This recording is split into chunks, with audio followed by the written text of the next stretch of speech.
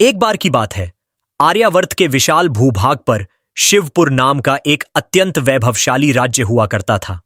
शिवपुर की ख्याति केवल उसकी धन संपदा के कारण नहीं, बल्कि वहां की न्यायप्रियता और अनुशासन के कारण भी थी। चारों ओर ऊंचे पर्वत और कलकल करती नदियों से घिरा यह राज्य किसी स्वर्ग से कम नहीं था। शिवपुर के वर्तमान शासक राजा महेंद्र और रानी सुमित्रा अब वृद्ध हो चले थे।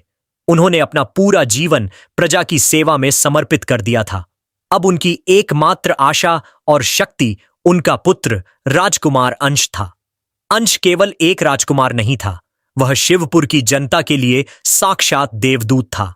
वह शस्त्र विद्या में जितना निपुण था, शास्त्र विद्या में उतना ही ज्ञानी। उसकी भुजाओं में हाथी जैसा बल था और आंखों में सागर जैसी गहराई। लेकिन उसकी सबसे बड़ी विशेषता उसका हृदय था। वह एक अत्यंत दयालु और करुणावान शासक था।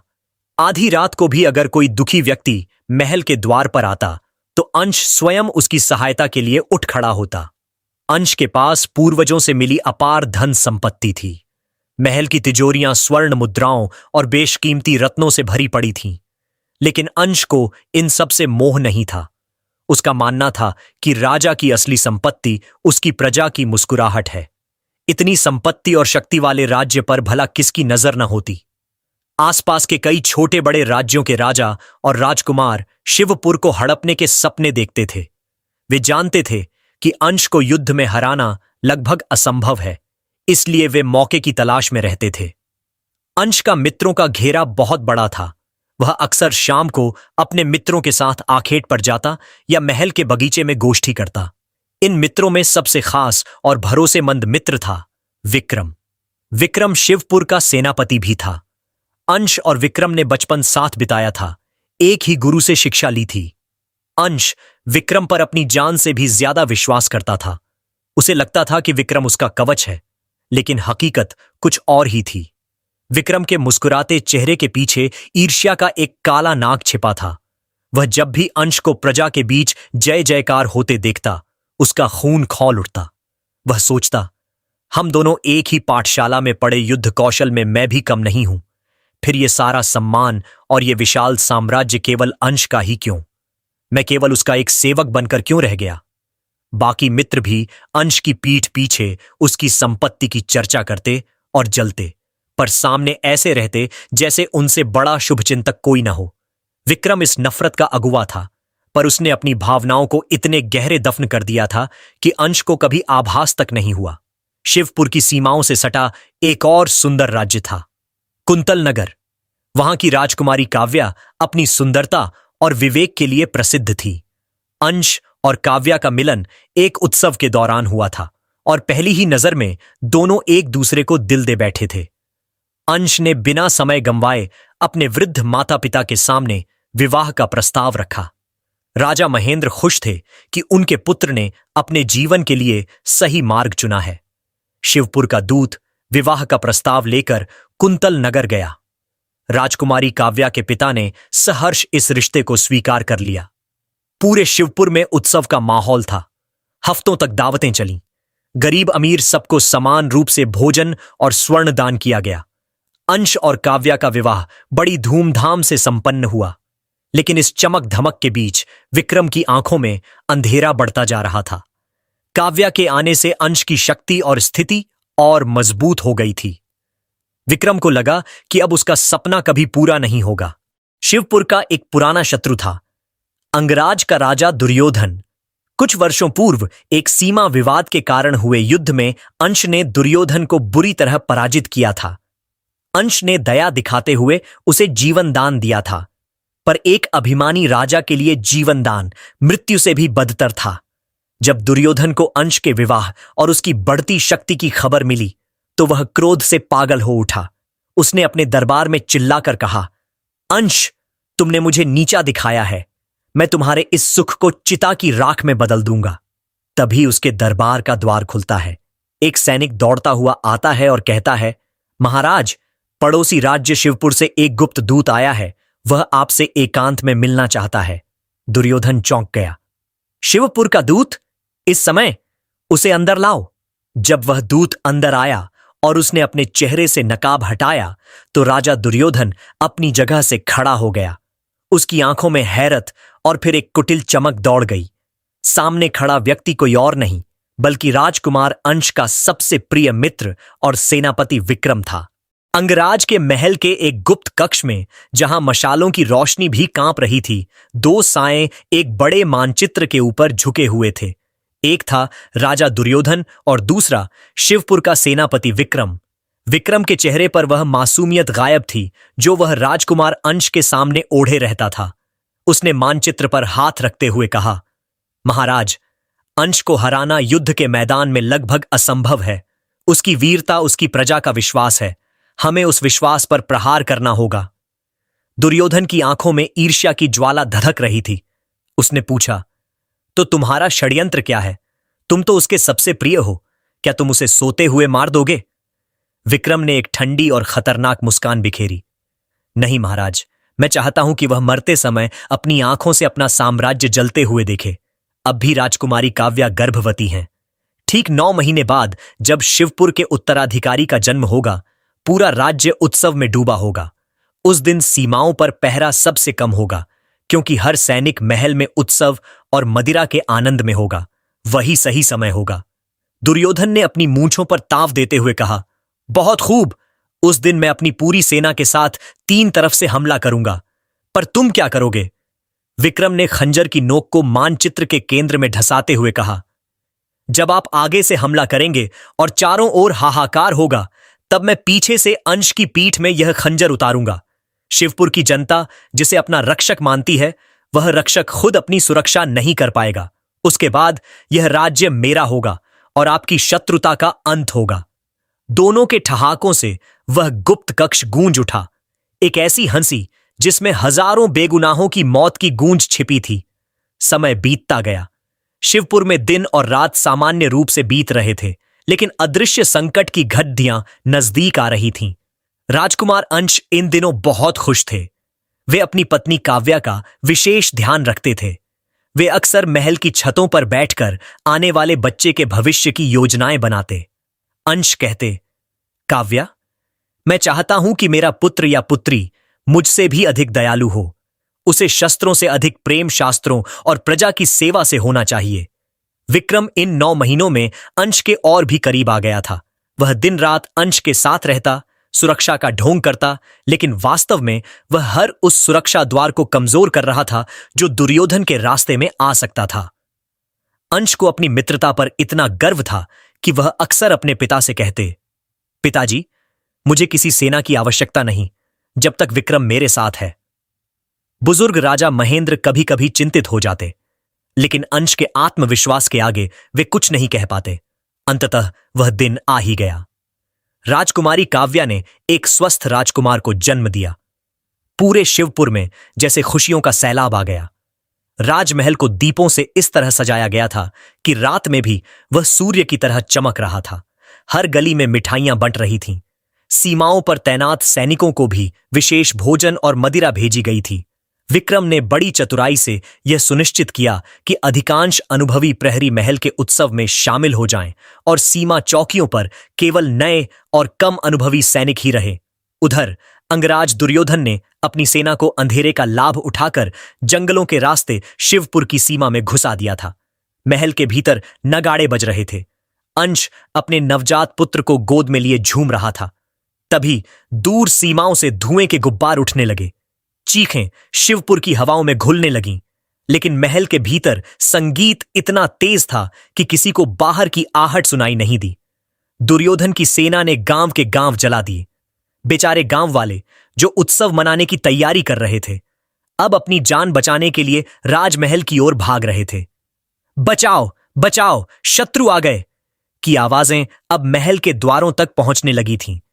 जब तक महल के प्रहरियों को पता चलता, दुर्योधन के सैनिक शिवपुर के आधे से ज्यादा हिस्से पर कब्जा कर चुके थे।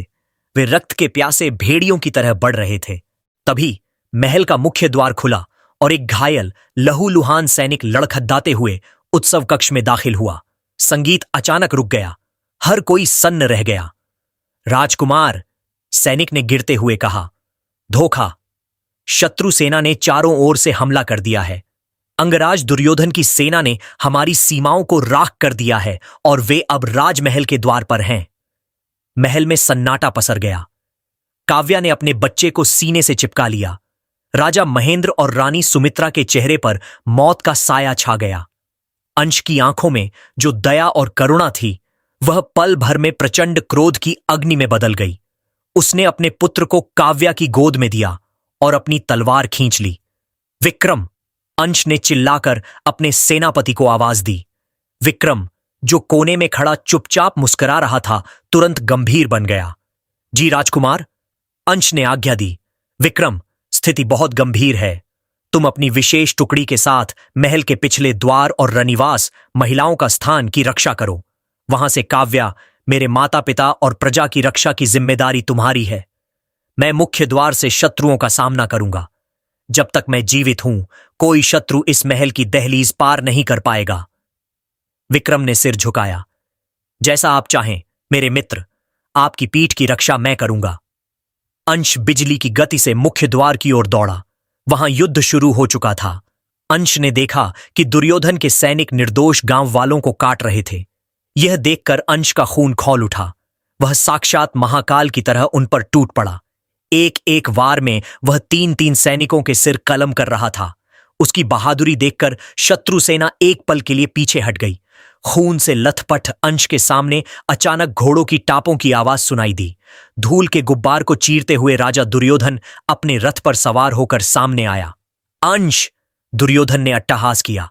देख लो अपना स्वर्ग जैसा राज्य, आज यहां केवल गिद्धों का राज होगा। अंश ने अपनी तलवार तानते हुए कहा, दुर्योधन, तूने पीठ पीछे हमला किया है। एक कायर ही उत्सव के दिन हमला करता है। आज तुझे तेरे किए की सजा मिलेगी। दोनों के बीच भीषण युद्ध शुरू हुआ। अंश थका हुआ था, लेकिन उसकी रगों में अपने पूर्वजों का खून दौड़ रहा था। वह दुर्योधन पर भारी पड़ने लगा, लेकिन अंश को यह नहीं पता था कि असली खतरा उसके सामने नहीं, बल्कि उसके पीछे से आने वाला है। राजमहल के पीछे की ओर विक्रम अपनी तलवार म्यान से बाहर निकाल चुका था, लेकिन शत्रुओं के लिए नहीं, अपनों के लिए।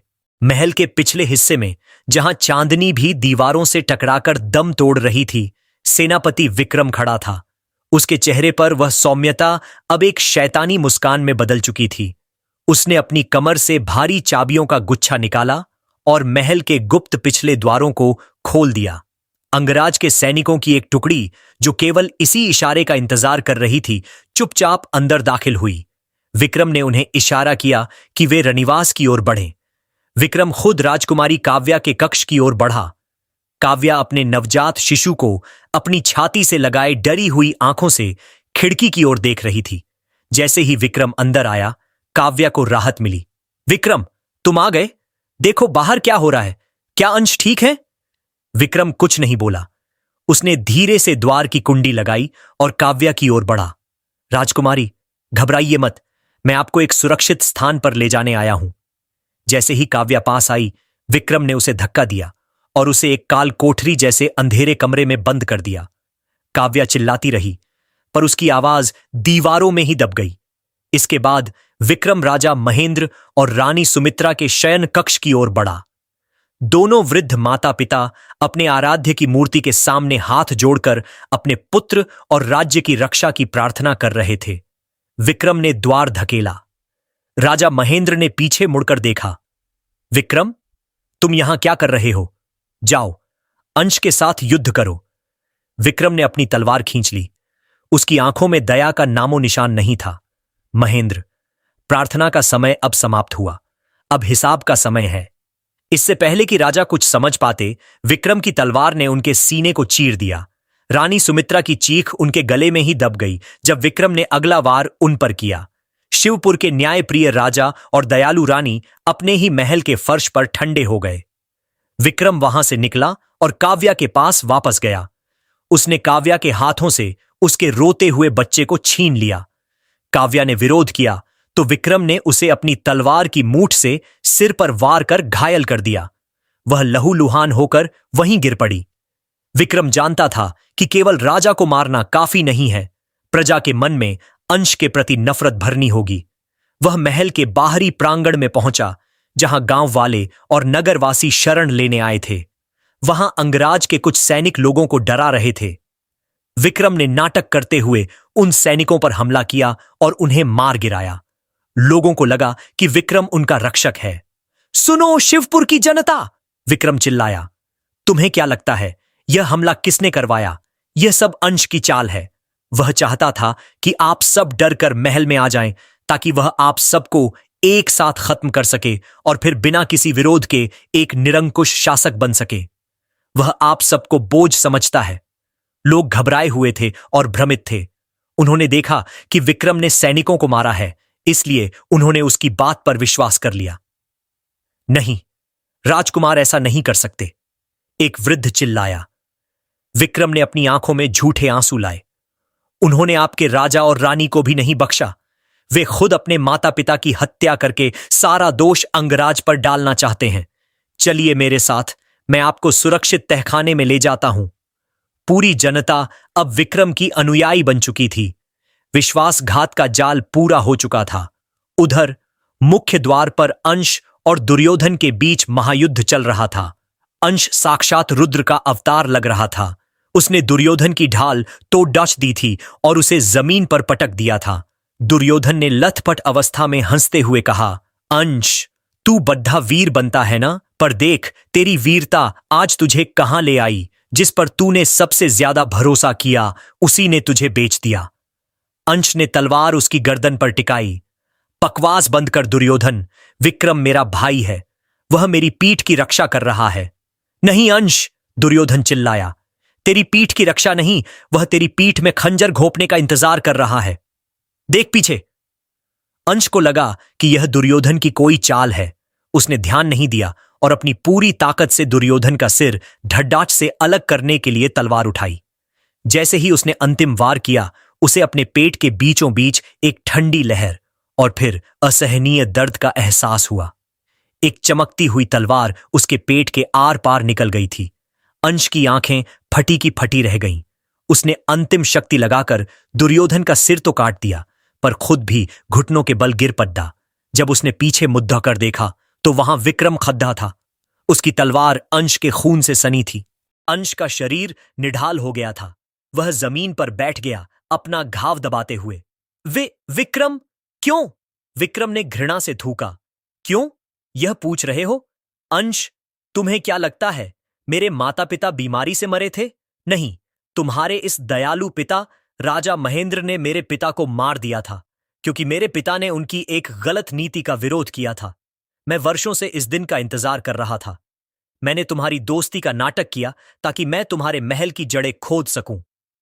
तभी विक्रम के सैनिक वहां राजा महेंद्र, रानी सुमित्रा, काव्या और उसके बच्चे के शव लेकर आए।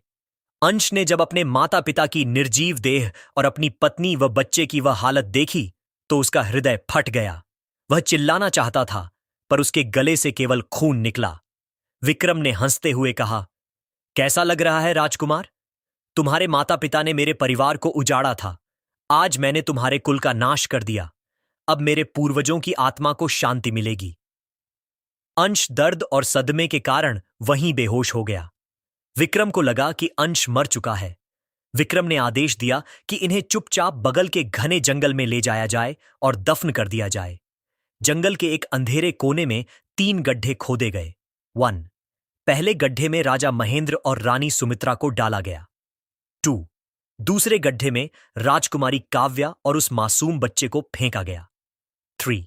और तीसरे गड्ढे में भारी मन और गहरी नफरत के साथ विक्रम ने खुद अंश को डालने का आदेश दिया। मिट्टी डाल दी गई। शिवपुर का सूरज डूब चुका था। विक्रम ने अंगराज की बची हुई सेना और अपनी सेना को मिलाकर खुद को शिवपुर और अंगराज दोनों का संयुक्त सम्राट घोषित कर दिया। प्रजा को लगा कि विक्रम ने उन्हें अंश के अत्याचार से बचाया है। कौन है यह विक्रम जिसने राजकुमार अंश के वंशज को मार दिया, और क्या राजकुमार अंश अपना बदला कैसे ले पाएगा? आगे की कहानी जानने के लिए सब्सक्राइब कीजिए।